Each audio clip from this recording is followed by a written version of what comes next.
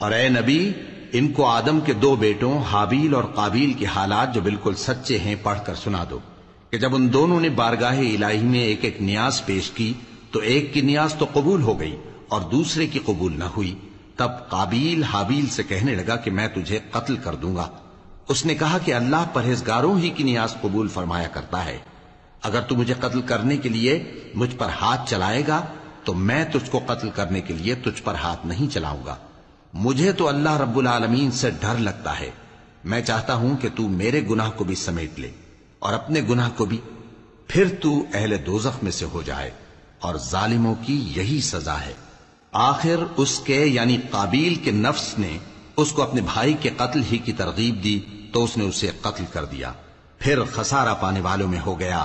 اب اللہ نے ایک کوا بھیجا جو زمین کریدنے لگا تاکہ اسے دکھائے کہ اپنے بھائی کی لاش کو کیسے چھپائے۔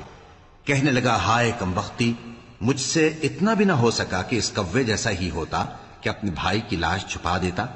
پھر وہ پشیمان ہو گیا۔